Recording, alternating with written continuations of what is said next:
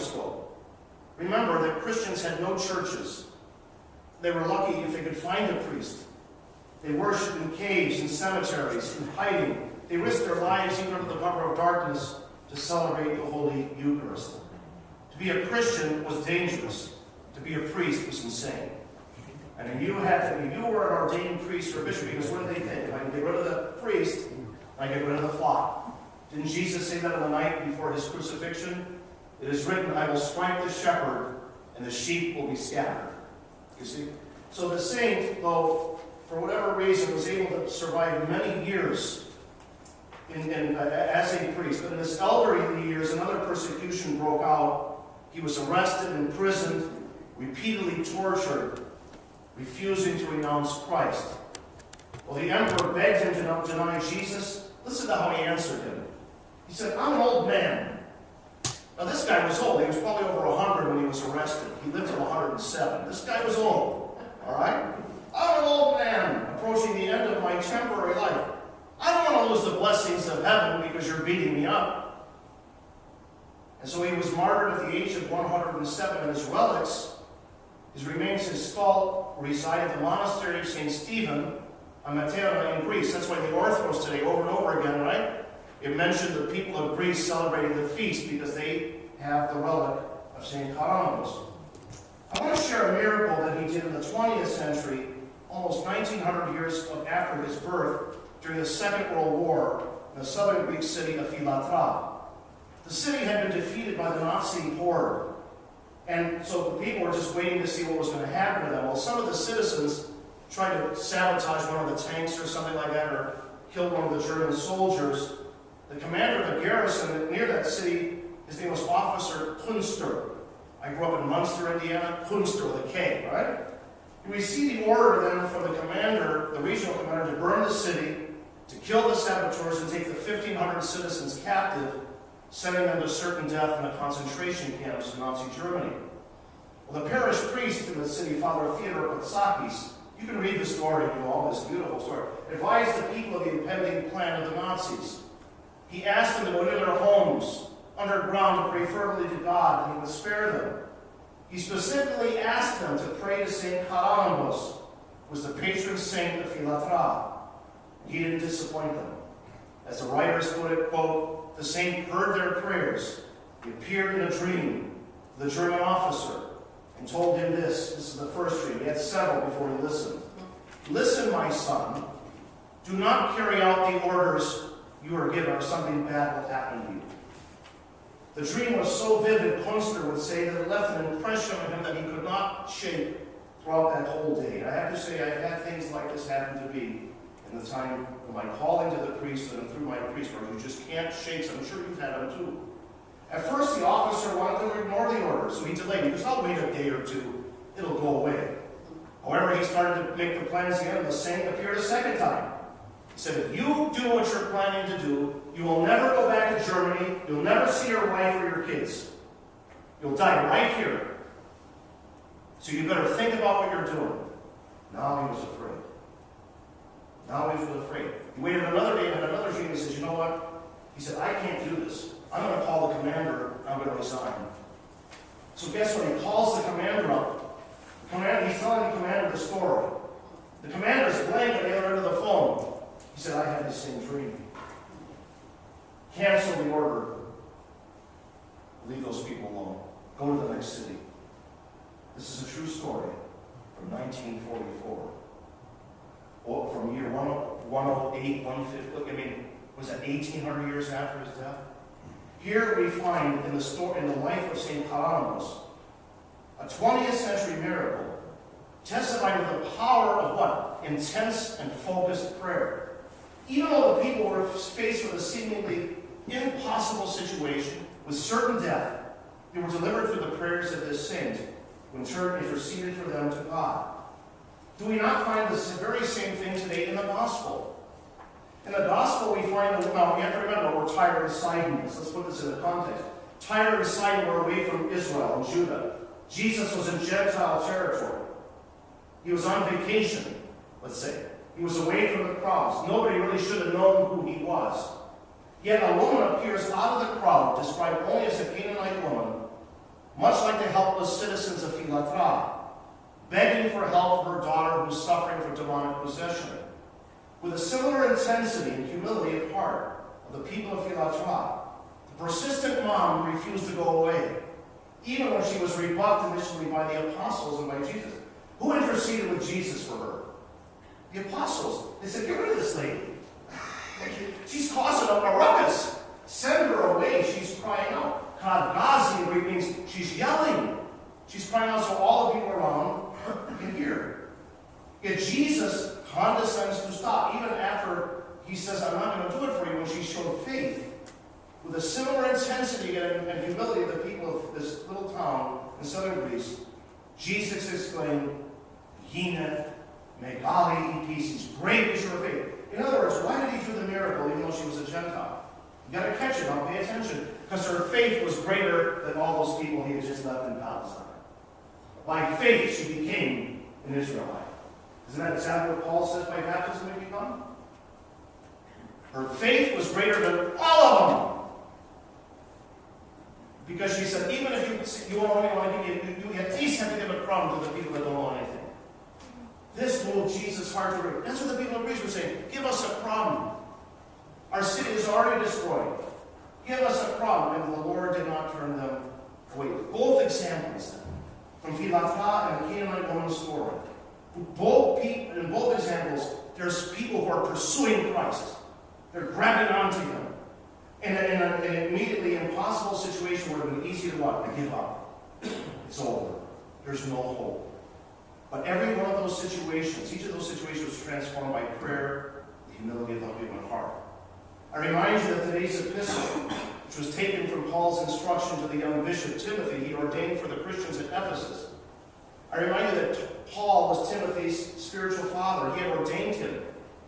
And just like any spiritual teacher, like the priest who trained me years ago, Father George Nicosius of blessed memory, he gave me a list of the important duties that I had to fulfill. Did Paul do this for Timothy? Absolutely. Listen to what he wrote in. This is his first duty.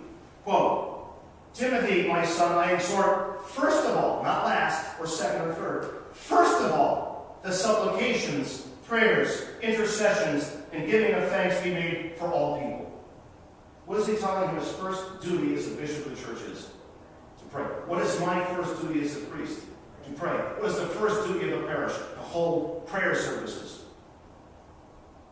And the duty of the people are to gather with their priest in humility of heart, right? And the people of Philatra, like with Father Patsakis years ago, and to pray, especially not only in the times we face impossible situations, but in all situations we can commend ourselves to Almighty God and trust in His love. Do you know that reading, I exhort first of all that supplications, prayers, intercession, giving thanks, you know when that's read in the liturgical cycle? On September 1st, the beginning of the year. To remind the priest as he's celebrating the feast, that's his first job. All right? Each of these images, the intercessions of St. Karamos for the people of Greece, the perseverance of the Canaanite woman, and the instruction regarding Timothy regarding prayer, all of them have one. Why are they so brought before us today? They are the call of Lent. Today is the last Sunday before we begin the Lenten cycle. Next week we begin the pre-Lenten Sundays known as Triodion. Next week the bright gold will go to red. I will have the altar servers change their belts to red to remind us we have entered into a different season. This is a time, Lent, isn't it, that we are to set aside as a gift to God. And as a church community, it is a time that God gives us as a gift. So many people see it as an obligation. Oh, not Lent again. Oh, I can't eat food again. Oh, I can't. I've had converts tell me, I want to do the whole Lent. Right? I've had people that have been in church all their life say, oh, do I have to? We have to have zeal. We have to understand that the Lent is not an obligation. God doesn't need the Lent. I need the Lent. I need to humble myself. I need to pray more intensely. I need to ask for forgiveness of my sin. So I'm not trying to make anybody understand. I need the Lent. Don't you? If you don't, you're in the wrong place today. Because this is why, and this is going to be my 57th Lent. I'm 57 years old. My 24th Lent as a priest. I need that Lent. Why? So that I can be more humble and intensify prayer to receive with you the transformation of God. We can rest assured that when we bring all of our needs before God, we will experience that deep joy of love, mercy, and compassion, just as that Canaanite woman and those people of Philadelphia experienced. But we cannot receive those gifts without an intensification of our prayer. Think of it this way. If I was going to go to Chicago and I have an empty tank, if I don't put gas in my car, how am I going to get there? Gasoline in the spiritual life is prayer. We're not going to go anywhere. You will only advance as far as our prayer life is advanced. If we stay at a child's level, then that will be the level we're at. And see, what happens over my lifetime is the sins there's like a callus that grows. Like the devil's trying to always put locks on my heart. But every time I pray, God is taking the key and opening it. Every time I pray, the key is open. The key to our hearts opening to God is always through prayer. A prayer that is persistent, that is offered with sincerity of heart. It is indispensable with respect to spiritual health. As nutrition is to the body, prayer is to our souls. In prayer, as one of the saints wrote, we thirst after Jesus. He will satisfy us with love, as he did today in the gospel, and as St. Caranos did for them in Philadelphia. Listen to what John Chrysostom says to us. Very important. He says, our spirits should be quick to reach out to God, towards him, many times during the day. Not just once or twice. Many times, throughout the whole of our lives, the saint wrote, we may enjoy the blessing and benefit that comes from prayer. Here's the caveat. If we devote a great deal of time to it. Go down the phone. As he told us this summer in the clergy lady, you priests need to get off Facebook, put your face in my book.